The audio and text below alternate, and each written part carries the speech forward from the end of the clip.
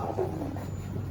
And the fact that we keep having events on leadership tells me that we have not given up on leadership as far as this country is concerned and ourselves. Please applaud yourself. This month alone, I've been at ELC. It was all about leadership. I've been at the NIA Additional Leadership Boot Camp. It was all leadership. And here we are at Leverage, hosted by Dr. Olusola-Obasa. Thank you so much, Dr. Olusola-Obasa, for putting this together. It's absolutely amazing and impressive. So I'm going to read what I have. Please listen. Where we are at currently. Nigeria remains on the tedious journey to unlearning bad character leadership with its attendant consequences. From someone who could make a citizen disappear and nothing will happen, if you know, you know, to an occasion or occasional free-for-all in the lawmakers' chambers, to uncompleted but fully budgeted for and funded projects, or at best, poorly delivered, to flippant cases of court injunctions stopping public office holders from being investigated, to paying for public utilities you can't access, to somersaults of policies, pronouncements, and directives that get recanted after innocent citizens have borne the brunt. Take, for instance, the JAMB issue. Some students missed the opportunity of getting to school, high school, university this year because a certain minister woke up in leadership and felt like it was time. He said he had gone to do the rounds during a certain during the JAMB exams and decided, oh guys, you guys are looking too small. From now, so age, only going to university.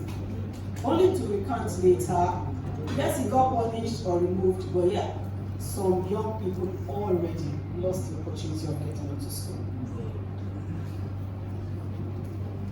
As well as to regimes of no price controls on essential commodities, of course, taking them away from the reach of majority. To the stifling multiplicity of taxes, every business person here can relate, to that threaten to erode the fiercest of entrepreneurial ingenuity. The list is endless. Let's face it. The problem that I see is that we are trying to repair adults who already missed core leadership lessons as youngsters. Most adult leaders will never change. Nor do they wish for things to change, because change is tedious. It is more difficult to teach developmental and ethical leadership to a man who is already set on the wrong path. The job is not lighter on any of the ends, whether as the teacher or as the learner. The popular saying goes, it is better to raise children than to repair adults. Some adults in leadership roles and responsibilities are both wary of and detest the leadership that you and I are clamoring for. They can't understand why you don't see that this is the leadership they have to offer. Because of the tedious road to unlearn what they already learned. You see why they love impunity? Because it legalizes all the odds. Now, is there hope at all anywhere? I have a solution to offer. It's about reinforcing and mastering personal leadership aptitudes. It's about talking more about ethical leadership and developmental leadership. But from where? I read on, please follow. Just like the proverbial beautiful ones that are said not to be born yet, desirable leadership seem to be far from being unwrapped in Nigeria specifically. Interestingly, almost every Tom, Dick, and Harry can describe what true leadership should look like. In fact, we may already have more leadership teachers than there are practitioners of the same or role models. Yet I dare say that an ideal or desirable leader arrives in this nation every day. Ask me where. Ask me where. Yeah. They arrive with every new child that is born. Every new boy. Every new girl. Yes. They are waiting intentional grooming. Focused culturing into the leaders that we envision. Unwrapping the leadership that I speak about requires vision and commitment. It's not by default at all. How early should a child start to get deliberate leadership lessons? I ask you. How early? When he starts working, it's too late. In Nigeria, I see a critical need to integrate future perspective leadership. In particular, the study of it in schools and every student of all age-appropriate levels and grades. I'm talking about a national advocacy for change in leadership and governance. Learning leadership for the first time after you already started working is too late, like I said earlier. Catch them young is what we need to do. Let all Nigerian homes equip, empower, and release their boys and girls into the society as great siblings, great neighbors, great young men and women, great adults, great citizens, great husbands and wives, workers, business partners, owners, and politicians. One of my templates as a leader in my home with my husband is to raise my children as the leaders that I desire to see in Nigeria and the world. What are you doing with every young person in your space? When was the last time you talked about leadership to that young boy or girl? What's in your curriculum that spells the fact that they could be different? Yes, I understand all the talks about systemic, the environment. Very true. But you dare underrate the power of home training and what you put into a child from home, then you underrate something that is phenomenal. Leadership tablets and menus should be served from home. That's where it becomes first nature. It becomes the initial and primary tendency that a person has, their natural response pattern. The concerned nationals, like you and I, who are seated here, should drive a grassroots but diversified initiative to serve leadership models early, re-engineering and orchestrating a rebirth. Homes, schools, media, and government agencies should advocate a national agenda. Every home must get the mandate to produce well-meaning leaders for the nation across all spheres. Let's appeal to the reasoning of the young ones to become the change that the older ones have failed to become. Let's show them where the old patterns led us. Perhaps we may convince them to commence a better journey. Until we get to culture a new plantation, we have to address our challenges from the roots. Grow and export ethical and developmental leaders from childhood. So I'm going to give you a few things that help you see exactly how you code. And perhaps something you can start doing differently as you live here, because I believe you're intentional about coming here today.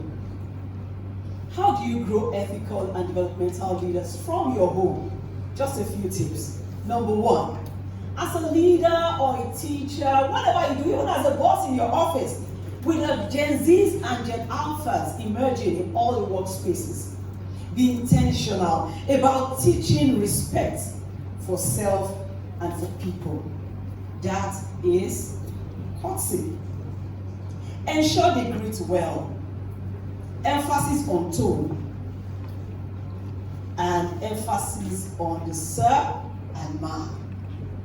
Help them see that it doesn't reduce you to say sir or a ma when you greet people.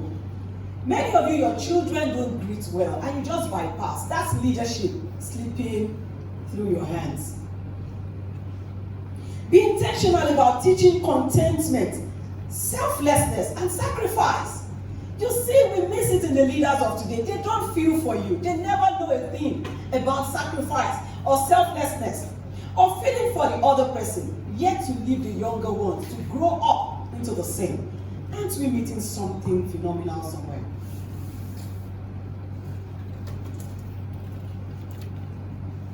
Little example about being intentional, about sacrifice, and the rest of them. Be intentional also about teaching care, consideration, kindness, responsiveness, and empathy. Check if their postures change at all when a family member sneezes or coughs, as little as that. You can't just continue as if nothing happens. Someone just sneezes heavily beside you. Be intentional about teaching contentment and selflessness. Observe if they overtly self-care. Because self-care is good, but when it's overtly done, something else is creeping in. When sharing something or sharing a space with other family members, watch what they do. It's a little picture of the bigger picture. Be intentional about teaching humility, self-discipline, and teachability, capacity to learn. Check their verbal and non-verbal reactions after being corrected about something they did wrongly, especially how long it takes them to come around again. Final page before Olusola comes home. Be intentional about teaching effective communication. So the last time the president had reshuffled his communication team, and I was watching an analysis of journalists like myself saying there's going to be confusion very soon. And before that, we had a bit of confusion because people talk and they recant, they talk and they recant, and you're wondering what's happening. Can't you guys own up to whatever you say? Teach effective communication. Teach details in communication. Teach follow-ups. So observe whether your child or your words often follows up on a pending communication you previously initiated with them. Be very finicky about these things. Today, be intentional about teaching service orientation, volunteering, personal responsibility, leadership, and impact orientation. Be very intentional about it.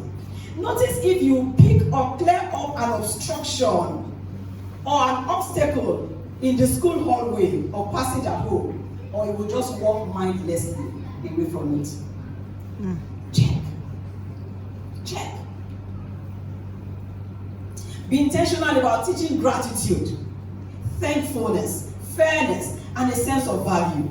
See how critical your child is of the help others try to give him when eventually something goes wrong because someone was trying to help him. How critical does he become of that person? Check. Because today, a lot of the times, leaders want to do things for us and something goes wrong in the line of it, and we are picking on them and tearing them down.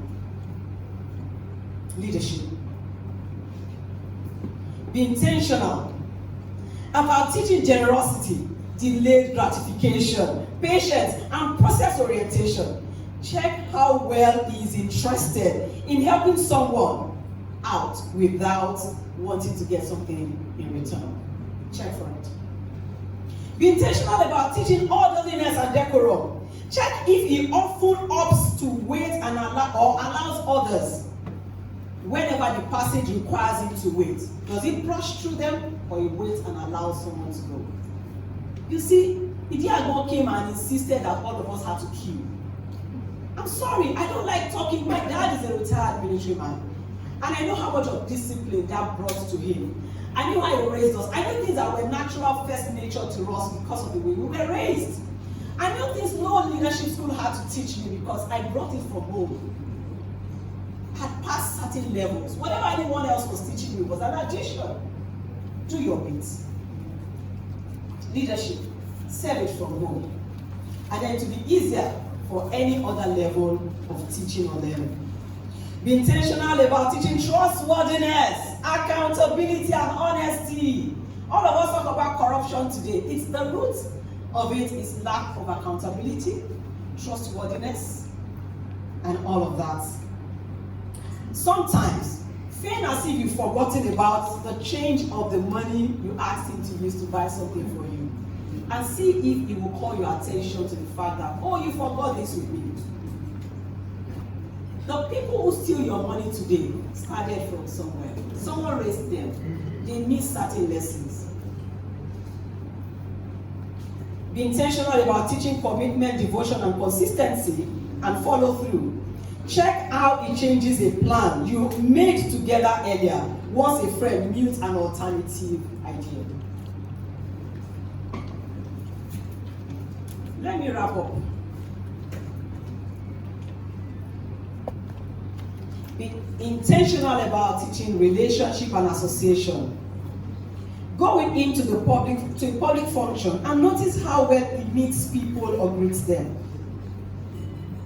Be intentional about teaching punctuality. Someone mentioned this earlier. Discipline and time management. Be intentional about teaching your child that. Don't wait for his boss to be the first person to tell him there's something called punctuality and time management. That's wrong. Check how remorseful he feels when he makes a promise and he was not able to meet up with it. That shows you he's learning something about integrity and keeping to his words. Nigeria, while we are hopeful that the matured adults may learn and live ethically and developmentally, let's institute a national campaign for each home to intentionally raise great leaders of character and release them gradually into the society over a period of number of years. And I hope we should experience a new Nigeria that we desire by then. Public-centered leadership training must be introduced from home. You know, when you have a body of bad water and you want to get rid of it from one angle only, start infusing the good water. Over a period, the channel of the bad water starts going, right? And before you know, what happens? Thank you for listening.